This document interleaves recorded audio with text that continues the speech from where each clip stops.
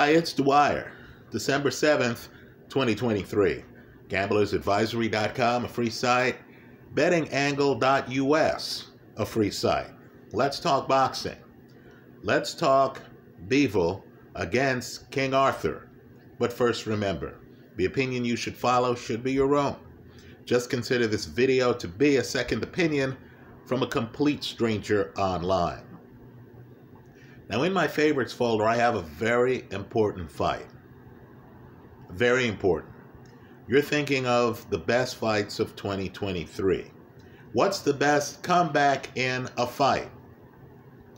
It might be Lyndon Arthur's last fight against an Argentinian named Brian Suarez.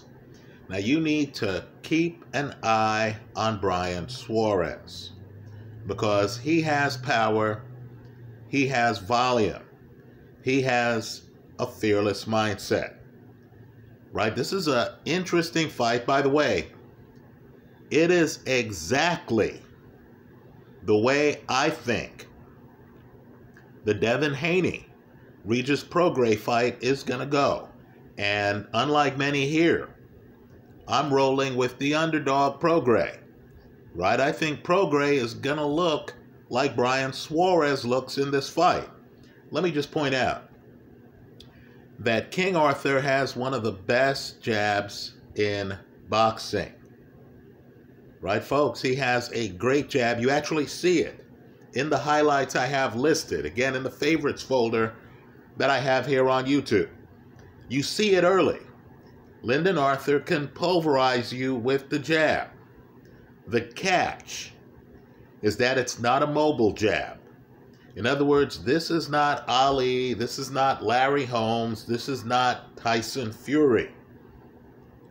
Dare I say, and we'll talk about it in this video, this is not Dmitry Bivol.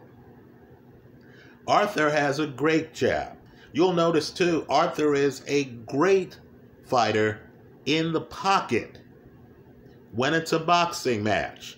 Not when Anthony Yarde, in Arthur's only loss, takes that extra step in the pocket and actually starts wrestling with him. If it's a boxing match and Arthur gets a chance to throw punches, he's a great fighter. You'll notice he turns his body so he can stay in the pocket and is hard to hit. He has an uppercut. You'll see it right before the end of the fight here. He has a nice uppercut. Right? He can fight you in the middle of the ring. He can fight you over by the side of the ropes. But he's not mobile. Right? He can't get up on his toes and dance away. Just imagine Ali Liston if Ali couldn't get up on his toes and dance away. That's Lyndon Arthur. I believe he loses to Dmitry Bivol, right? For some of the reasons why he was getting shelled by Brian Suarez. Folks, if you look at the highlights, you're thinking, my God, this is Lyndon Arthur's worst nightmare, right? Wherever he goes in the ring, Brian Suarez follows him. Suarez is throwing heavy shots. One of his successful punches is his left hand to the body.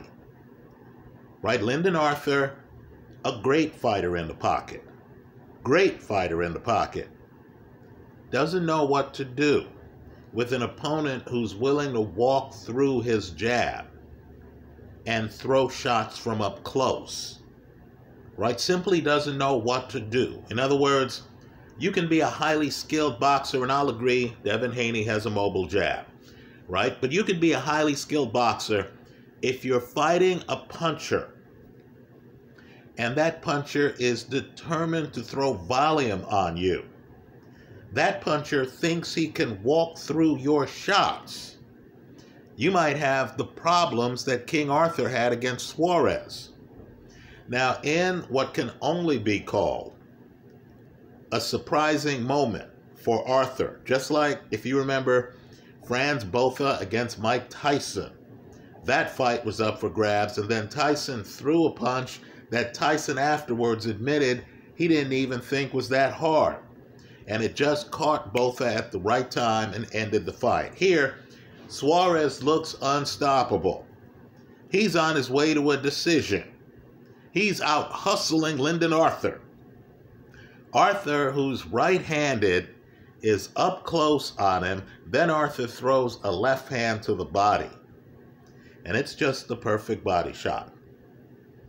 Suarez, who up until this point has the car in fourth gear, goes down. Can't get up. These liver shots, think De La Hoya against Hopkins when they fought. Hopkins hits him with a liver shot. These liver shots can take away your legs for 10 seconds. Suarez can't continue. Right?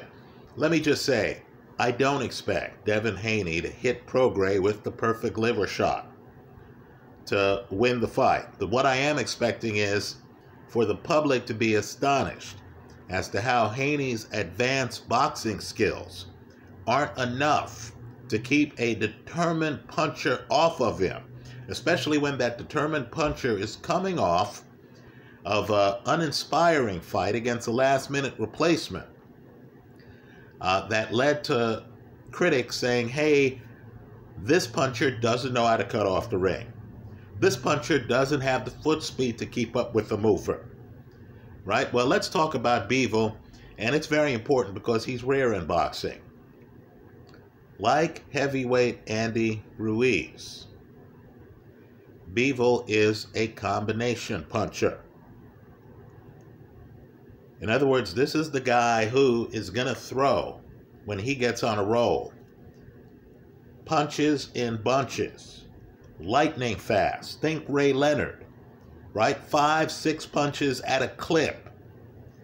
If you want to see what I'm talking about, look at his fight against Gilberto Ramirez, who, by the way, was a friend of his, who he sparred with.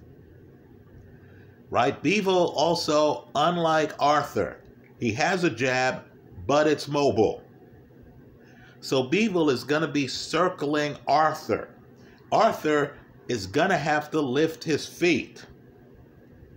Because Suarez was able to land left hands to the body with regularity, look at the film on Lyndon Arthur, I believe Bivol is going to be able to tuck left hands to Arthur's body into his combinations. Right? Bivol has incredibly fast hands. Bivol is defensively blessed to the point where people who keep stats on boxing realize that Bivol opponents land some of the lowest percentages of their shots of any opponents against anybody in the sport of boxing. So what you're going to have is a pocket-centric fighter, and he's excellent in the pocket.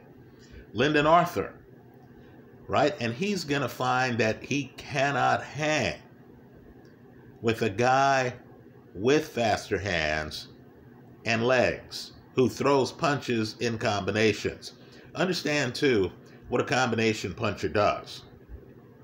When a judge sees a guy whose hands are just naturally fast, and the guy can just come in and and then take a step back. Then later in the round, the guy comes in, takes a step back. I'm just telling you, the skilled combination punchers get special attention from judges. Right? Judges like exciting fighters. What's more exciting than a Bivol stepping into the pocket, unloading the gun, and then pivoting to the side? If the other guy's not ready, throwing another series of combinations. Bivol also has incredible stamina. Understand, Lyndon Arthur against Suarez looks spent. Looks spent. By contrast, against Canelo, Bivol pulls away over the latter part of the fight. I know some critics are going to say, other than Jermell Charlo, who hasn't been winning the later rounds against Canelo, right? That's something Canelo's going to have to address, stamina, right? But just to understand, Bivol is at a part in his career where he still has the stamina. So he's able to pull away from people like Joe Smith, Canelo, right? Punchers. So I'm expecting him to start fast against Lyndon Arthur. Arthur is simply not going to be able to keep up, right? Bivol is just too visually charismatic, frames his punches perfectly, is too fast-handed. And as we saw from this Suarez fight, King Arthur has a problem handling very heavy volume. I like Bivol over Lyndon Arthur. Just understand, the odds are completely lopsided, and Bivol only has 11 stoppages. I mentioned the Gilberto Ramirez fight. I mentioned the Canelo fight. Both Ramirez and Canelo went the distance against Dmitry Bivol, right? If you're a risk taker, you'll know that Suarez is so dominant, in my opinion, against King Arthur that he actually drops Arthur, believe it or not. Arthur is getting shelled in that fight, right? Arthur has to get off the canvas to get his own stoppage.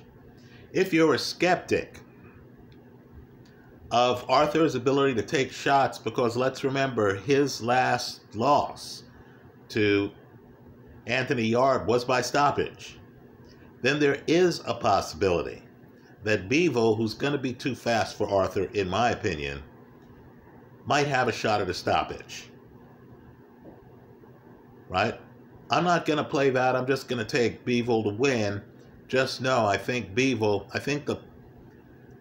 while the match is lopsidedly priced, I do expect Bivol to be victorious, right? I'm a little nervous with Arthur simply because Arthur went down in his last fight, and that last fight just took place in something like September of this year, right? So I like Bivol over Arthur. If you want a film of how I think the Prograis-Haney fight is going to go, look in my favorites folder for King Arthur against Brian Suarez, right? Again, Arthur, highly skilled, just like Haney, right? Hard to hit usually, just like Haney, right? I'll agree Haney's younger, Arthur's 32, Haney's 24 or 25. Haney's younger, Haney's more mobile, right? But I'm just telling you, Prograis, 24 knockouts and something like 30 fights, right? Prograis understands that Haney is going to take some time to figure out the angles since Prograis is a southpaw.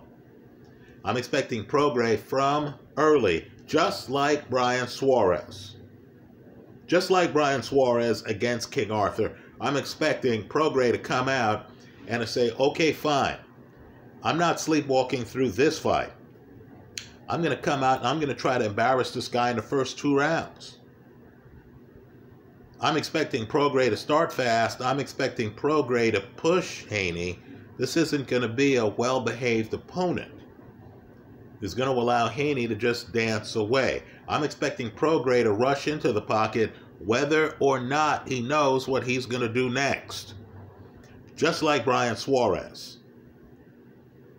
Right? And I'm expecting Haney to be in a situation where the fight gets desperate, as it did for Lyndon Arthur. Now, Arthur gets off the perfect left hand, right? Arthur's orthodox. Nonetheless, gets off the perfect left hand, pulls victory from the jaws of defeat. I believe Haney's going to have to need something like that to beat Prograis. That's how I see it. Let me hear from you. I hope you leave your comments in the comment section of this video. I'm expecting Bivol, because of his legs, because of his mobility, because of his hand speed, because he's a combination puncher, and Arthur is really a pot shotter, to beat Lyndon Arthur later this month. Let me hear your thoughts. Thanks for stopping by.